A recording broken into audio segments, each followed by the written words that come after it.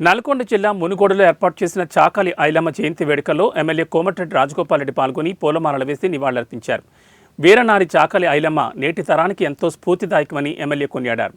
బలహీన వర్గాల కులంలో పుట్టి కూడా ఆమె చూపించిన తెగువ గొప్పదన్నారు. నాంపల్లి మండల కేంద్రాన్ని సర్వతోముఖాభివృద్ధి చేయడానికి నిధులు తీసుకొస్తున్నామని ఎమ్మెల్యే తెలిపారు.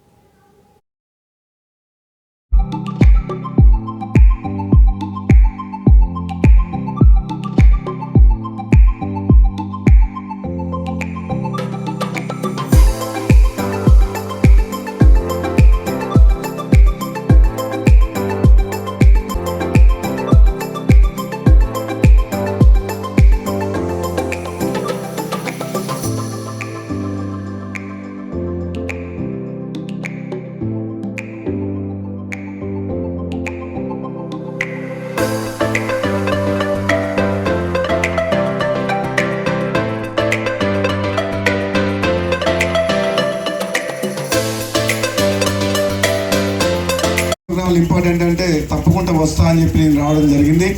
ఏది ఏమైనా ఆనాడు ఒక మహిళ అయి ఉండి కూడా, ఒక బరువు బలహీన వర్గాల జాతి సంబంధించిన వ్యక్తి అయ్యుండి కూడా అప్పటి కాలంలో నిజాం నిరాకుశ పాలన వ్యతిరేకంగా, రజాకార్లకు వ్యతిరేకంగా, జమీందారులకు వ్యతిరేకంగా పేదల తరపున పోరాటం చేసిన వ్యక్తి యొక్క విగ్రహ ఆవిష్కరణ అంటే మామూలు విషయం కాదు.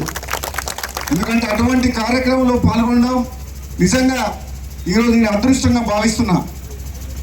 బాలయ్య గారు సొంతంగా ఇటువంటి కార్యక్రమం చేసిందంటే నాకు చాలా సంతోషం అనిపిస్తుంది. ఎందుకంటే మన కోసం, ఈ గడ్డ కోసం, పేదల కోసం పోరాటం చేసిన ప్రతి వ్యక్తిని మనం గుర్తుంచుకొని,